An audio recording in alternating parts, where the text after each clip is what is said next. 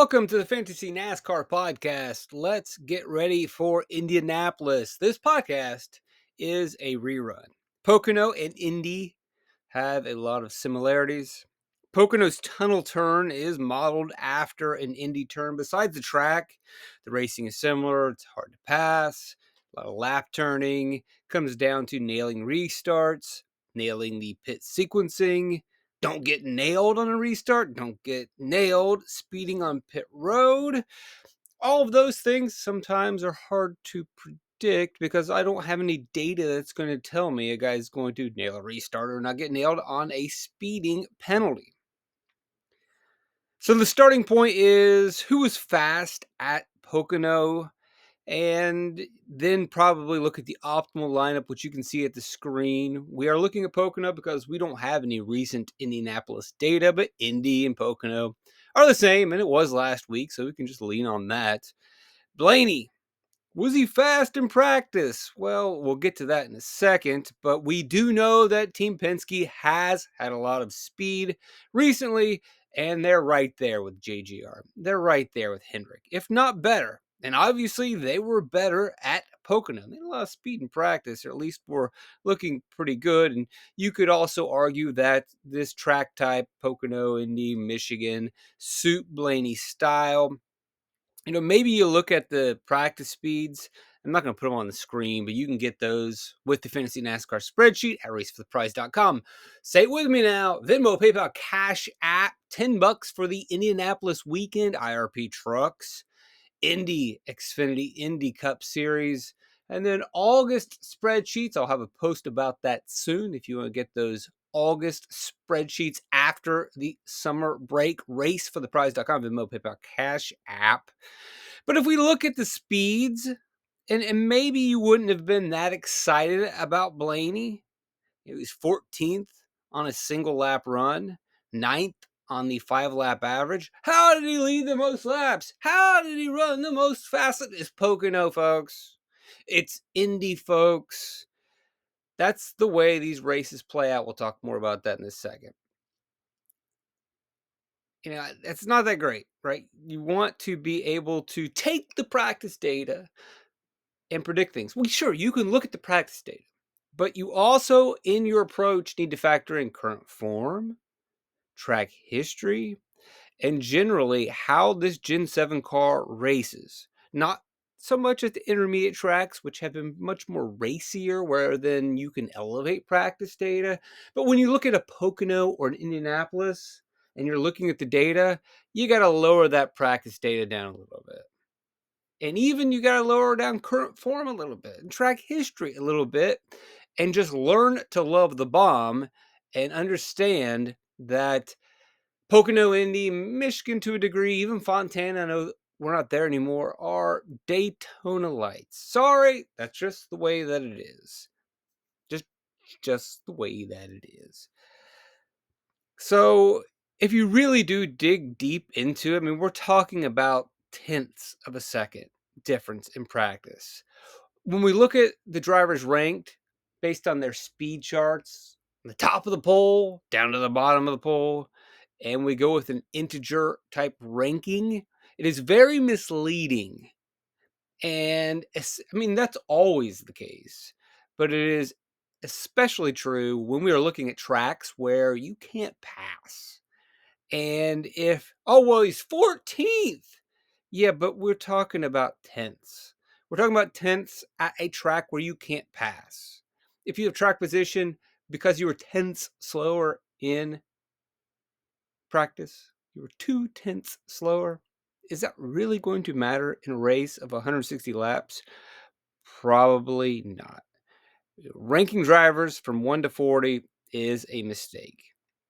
And we look at the speeds. We look at the fastest in practice. So Blaney, he won the race. He led the most laps. He ran the most fast laps. But he was 14th in practice. His best lap time was a 53.9 seconds. Well, the best was a 53.6 seconds. Yeah, 3/10 is faster. In a practice, in clean air, everyone just turning hot laps. You get into a race, how much do you want to adjust that? You throw in dirty air, you throw in pit sequencing, you throw in restarts. Come on, 3/10. Is that much of a gap? But when you look at it as, 1 versus 14th, yeah, you might overreact and say, well, I can't play Blaney. Don't do that. Don't do that. 53.6 versus 53.9. Sure, it is slower. But do you really think that Blaney is 14 spots slower than Truex? Now, if you take their best 5-lap average, again, available in the spreadsheet, not on the screen, but if you want to get access, Venmo, PayPal, Cash App. So we take their 5 best laps, not the 5-lap average, because that can be skewed by traffic or anything that happens during a practice run. Let's just look at your 5 best laps.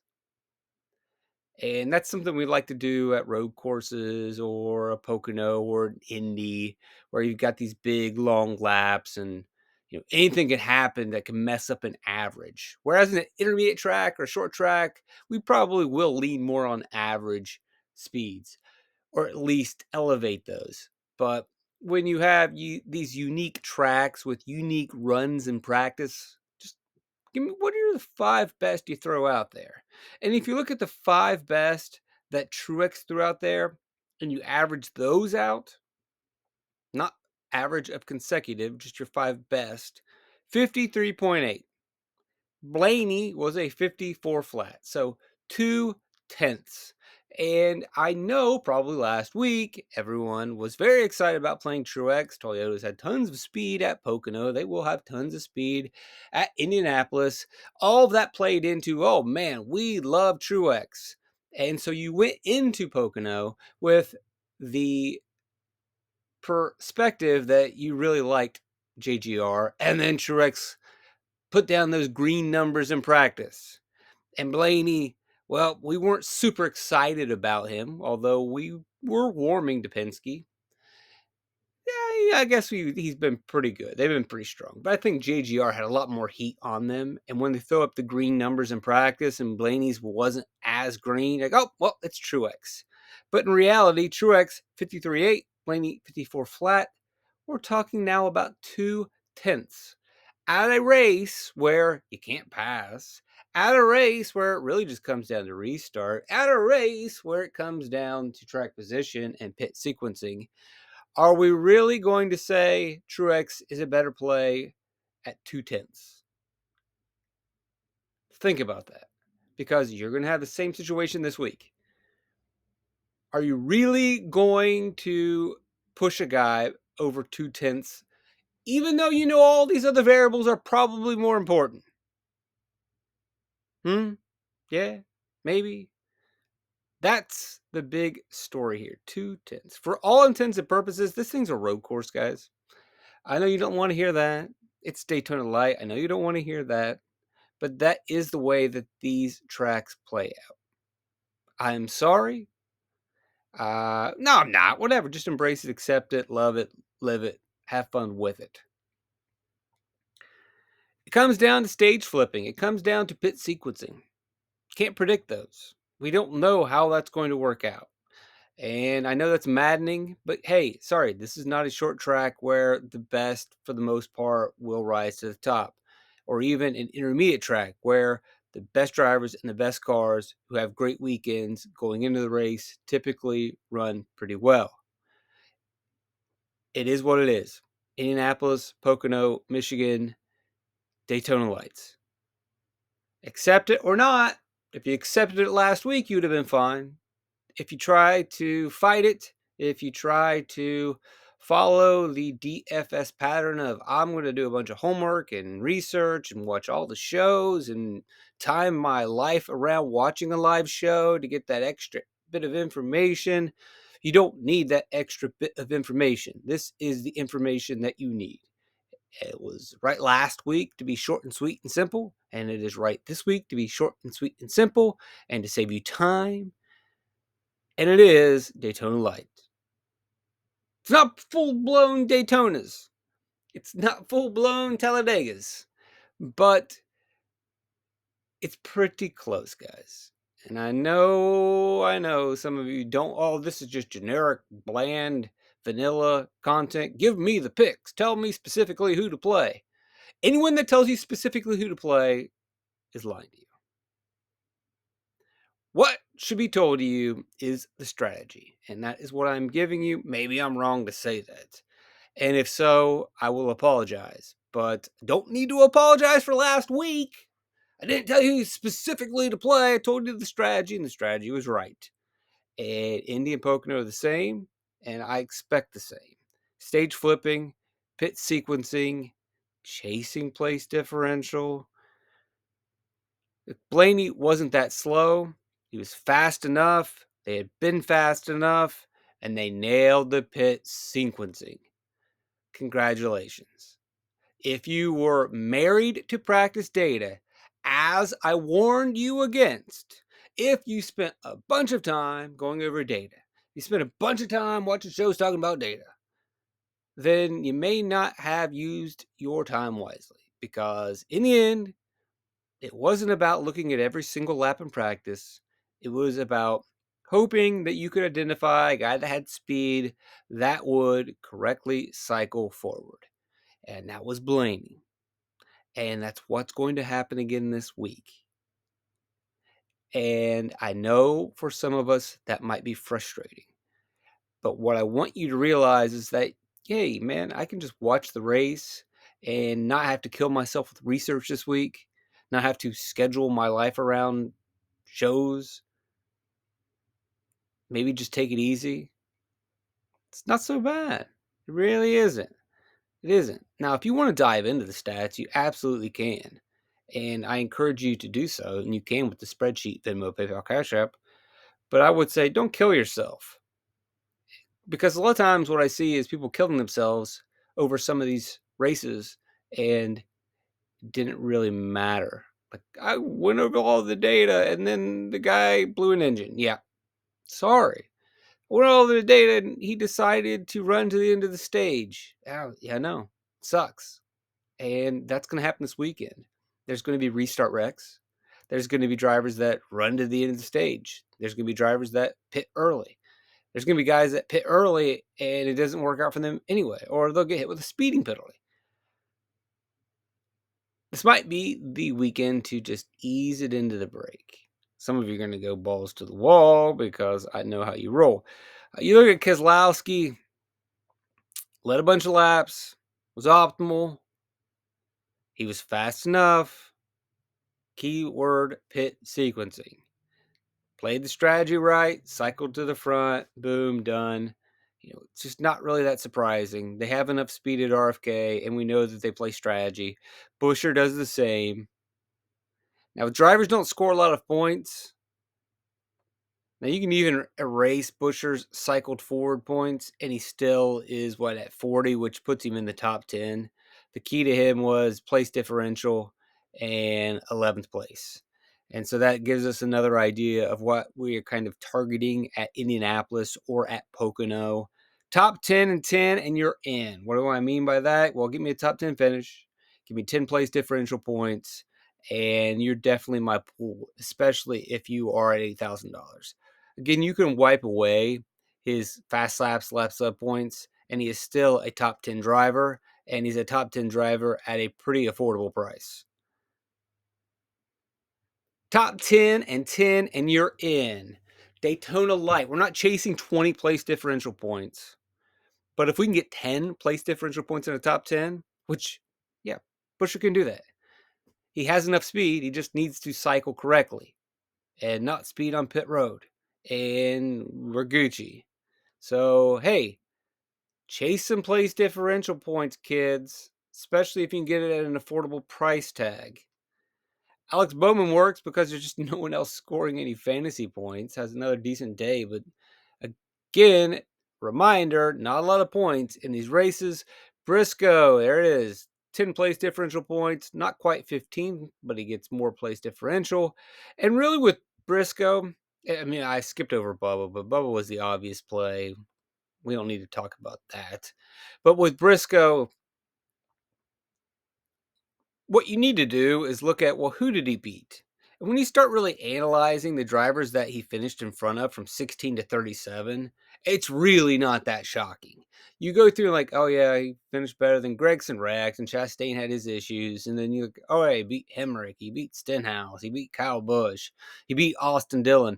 None of these drivers that he outraced, Corey LaJoie, Carson Hocevar, it's not really that much of a surprise.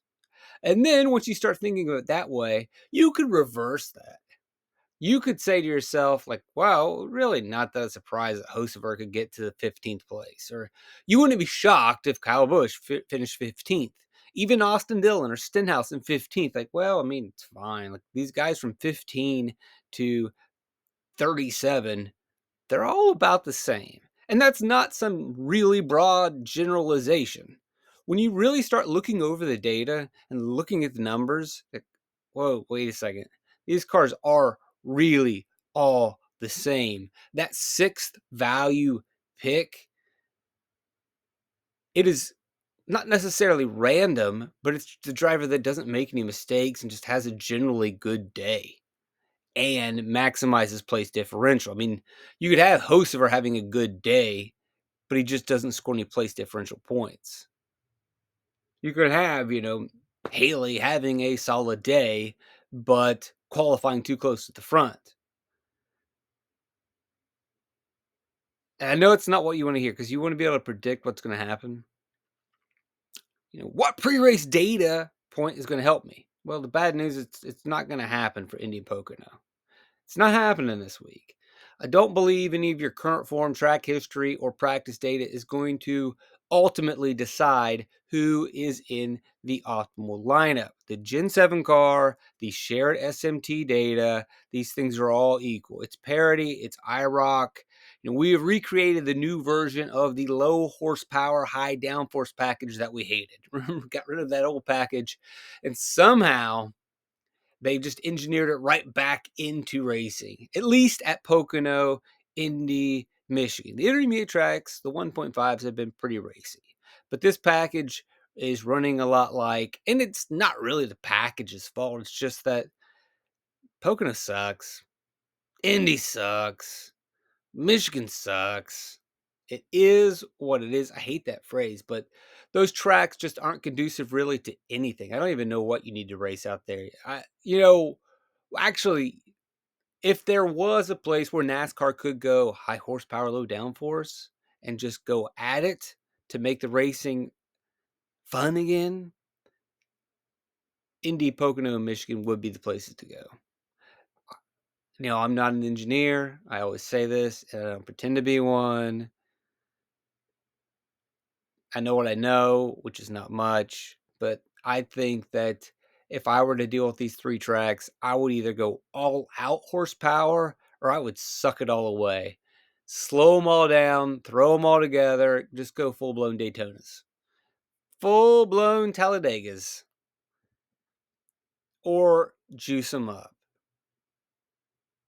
But that's just me, not an engineer, for the record. And this isn't just like some rambling of a nut with the Fantasy NASCAR podcast. You start looking at their 5 laps. Again, like I mentioned, not a 5-lap average, but take their 5 best laps and look at practice from last week. It's not on the screen, but if you want access, racefortheprize.com, Venmo, PayPal, Cash App. You look at drivers 10 to 28. Look at their 5 best laps. Average out those 5 best laps. 10 to 28.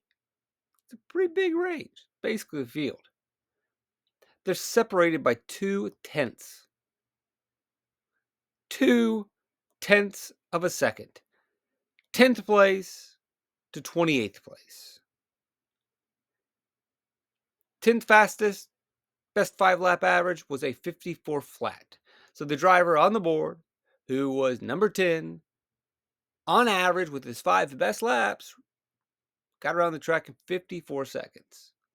28th was 54.3. You just said 2/10. All right, just get over it. Get over it. 28th was 54.3. We're talking about a minimal amount, the smallest margin. And then we throw in again the fact that this race comes down to restarts and track position, and you can't pass, and pit sequencing. would you be surprised to see the guy starting 28th, finishing 15th? How did he get from 28th to 15th? Because all of those cars are the same. If you have good restarts, you pit cycle correctly, congratulations, you get 15th. The cars are the same. Throw a blanket over them. Do not overreact. That was my tweet. Do not overreact to the practice speeds. So here it is again. I am recording one simple podcast to get you ready for the Indy race. No live show. A live show would be a waste of your time. I do not want to do that to you. I am very straightforward, as always, and I will be again. Do not rearrange your weekend to watch my live show. That's why I record early if I do record at all. So you can watch on your own time. Get it out early to get the information to you. And so then you can watch when you need to before lock. You're welcome. But Pocono, I didn't even do that. All that was necessary last week was a tweet. I tweeted the strategy and it was correct. 30 seconds of your life. You're welcome. I'm doing it again. It's simple, guys. Go be with your family. Go relax. Mow the lawn. Do something productive. Do not wait around on a show. You can do that, in the future for another race that matters and the data is very specific, but you can analyze it in the sheet. That's fine. But you don't need to hear me talk about it for an hour. Go to the fancy NASCAR spreadsheet, look at all the lap times, have fun. If you enjoy it, I enjoy it. But this might not be the weekend that you really truly do enjoy it. But if you want to do it, go for it. But you absolutely don't need me to explain lap by lap data to you for an hour. I don't need to go through what the practice speeds were. You're not a child. I have respect for you. You can do it. Here's a spreadsheet. Look at the data, man. Come to your own conclusion. I don't have to go over this and teach it to you like I'm trying to teach you phonics or something. I'm not trying to sound out phonemes. I'm not walking you through pedantically. You don't need that. Maybe it's useful on other weekends, but you don't need that this week. You're smart. I'm not saying that facetiously. You are intelligent. You know what you're doing. You wouldn't be here listening to this goofy podcast with numbers on the screen all the time if you weren't really committed to doing work and looking over numbers. So you know what you're doing. You don't need me to ramble about place differential for an hour on Sunday. You don't need me to tell you that this guy's starting 25th and he can score 10 place differential points and finish 15th.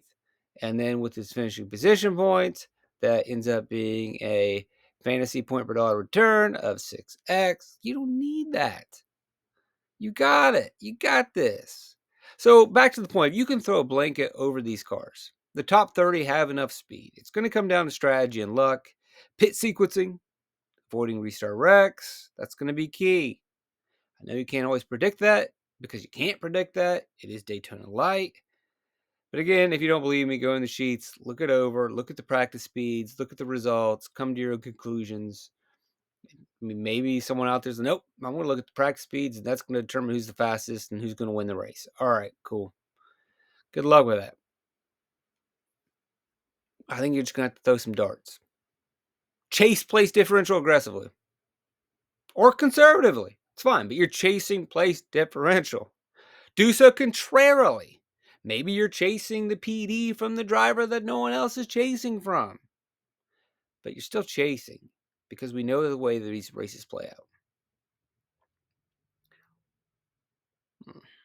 I mean, if everyone can get a top 15, then you really just need to maximize place differential. That's the trick. So we'll end with this, which was the tweet from last week. Do not get married to practice.